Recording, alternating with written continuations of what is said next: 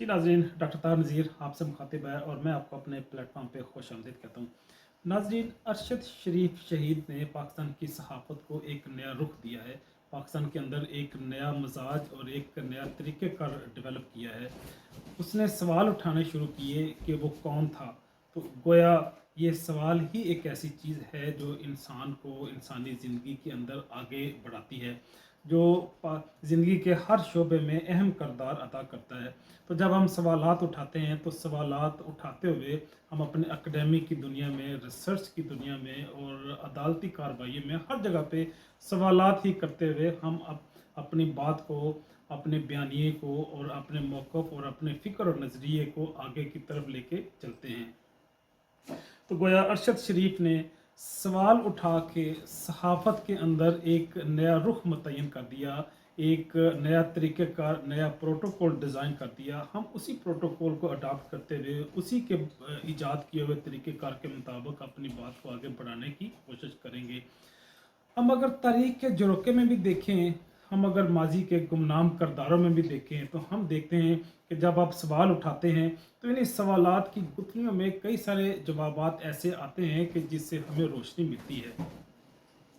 अगर हम अदालती कार्रवाई में देखें, जब अदालती कार्रवाई होती है तो वकील और जजेस और जुडिशल मैनेजमेंट जो है वो आपसे क्वेश्चन ही करती है, वो चाहे मुद्दई हो चाहे मुलज़म हो, उसको उससे क्वेश्चन करते हुए अदालती कार्रवाई को आगे से आगे बढ़ाते चले जाते हैं और वो हकीकत तक पहुंचते हैं और आखिर में जज अपना फैसला सुना देता है। इसी सवाल की बुनियाद पे आपका टीचिंग लर्निंग प्रोसेस आगे बढ़ता है। स्टूडेंट क्वेश्चन करते हैं, उस्ताद उन क्वेश्चन का जवाब देता है और फिर उनका ये तालीमी सिलसिला, तालीम व तहकीक और तालीम व तदरीस का सिलसिला आगे की तरफ बढ़ता है। यूँ ही सिलसिला हम देखते हैं कि ऐवान में होता है, हुकूमत में होता है, पार्लियामेंट में होता है कि हुकूमत की मशीनरी से, गवर्नमेंट की एस्टेब्लिशमेंट से, मिनिस्ट्री से क्वेश्चन होते हैं जिनको उन्होंने रिप्लाई करना होता है और इसी क्वेश्चन की बुनियाद पे फिर हुकूमतें फ़ैसला करती हैं, कौमें फ़ैसला करती हैं और फ़ैसला करते हुए अपने सारे कारोबारी ज़िंदगी को आगे लेके चलते हैं।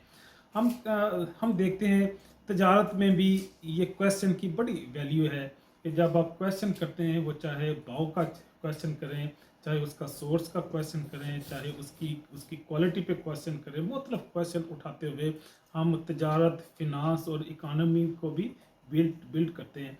तो गोया अरशद शरीफ भाई ने एक फितरी अंदाज में सहाफ़ती जो ट्रेंड एस्टेब्लिश किया है, उसी के मुताबिक, उसी स्टाइल और पैटर्न से हम अपनी बात को आज आगे बढ़ाएंगे।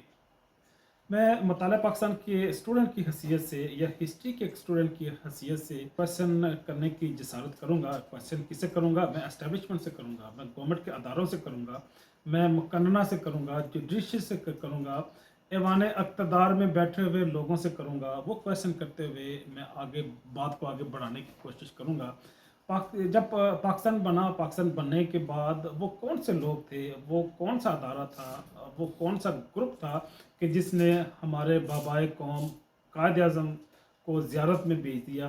क्या कहा तो यही जाता है कि उन्हें सेहत अफ़ज़ा मुकाम पे भेज दिया गया था, लेकिन लोग तो कुछ और भी कहते हैं कि उन्हें शहर बदल कर दिया गया था, कराची से ज़ियारत भेज दिया गया था ताकि उनकी गैर मौजूदगी में हुकूमत पे आसानी से कब्ज़ा कर लिया जाए।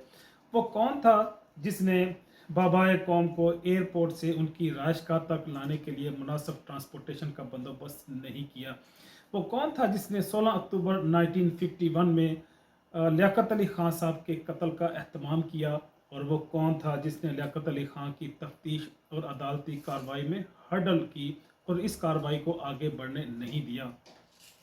और वो कौन था कि जिसने फातिमा जना की तकरीर को, जब वो रेडियो पाकिस्तान पे तकरीर कर रही थी, तो जब इस मुकाम पे आई जहाँ पे वो अपने भाई की फोतीदगी का जिक्र करना शुरू किया उन्होंने, तो कुछ टेक्निकल प्रॉब्लम के नाम से उनकी रेडियो ट्रांसमिशन को ब्लॉक कर दिया गया था। तो वो कौन था जिसने फातिमा जना जो हमारी मादरे मिलत हैं उन पर तहरीरी और तकरीरी पाबंदी आयद किए रखी एक अरसा दराज था। तो नाज़रीन, वो कौन था जिसने फातिमा जना को सियासी और हुकूमती सतह पे बदनाम किया, सरकारी सतह पे उन्हें नाकाम करने की कोशिश की। वो कौन था जिसने शेख मुजीबर रहमान को गद्दार बनाया? हालांकि वो तो पाकिस्तान की सियासत का एक चमकता सितारा था। उसने तो 300 की सीटों में से तकरीबन 160 सीटें ली थी, 88 सीटें पीपल पार्टी ने ली थी। तो वो कौन था जिसने अक्सरियत लेने के बावजूद शेख मुजीबर रहमान की पार्टी को इक़्तिदार नहीं सौंपा, और पीपल पार्टी को जिसने 88 सीटें ली थी, मिनॉरिटी में सीटें लेने के बावजूद उन्हें मुल्क को तोड़ना तो गवारा हो गया, लेकिन उन्हें शेख मुजीबर रहमान को इक़्तिदार मुंतकिल करना वो गवारा नहीं हुआ, हालांकि उनका जमहूरी और कानूनी हक था। तो जब हम इन्हीं क्वेश्चन के सिलसिले को आगे बढ़ाएं तो हम तो पूछेंगे कि वो कौन था कि जिसने बांग्लादेश के अंदर फौजी ताकत इस्तेमाल करने का फैसला किया था? वो कौन था जिसने सियासी मामलात को ताकत और बंदूक के जोर पे हल करने की कोशिश की थी? वो कौन था जिसने पाकिस्तान को दो लख्त किया? ये कौम और ये पाकिस्तानी लोग तो आपसे सवाल करेंगे, आपको तो जवाब देने पड़ेंगे। अगर हमें तारीख इन सवालात का जवाब देती तो शायद आज कश्मीर भी आज़ाद हो चुका था, पाकिस्तान में हर तरफ खुशहाली होती। अगर मलेशिया और चाइना और यूरोपियन कंट्री तरक्की कर सकते हैं तो पाकिस्तान भला क्यों नहीं तरक्की कर सकता? हम क्यों नहीं तरक्की कर सके? क्योंकि हमें आज तक इन क्वेश्चन का जवाब नहीं मिला।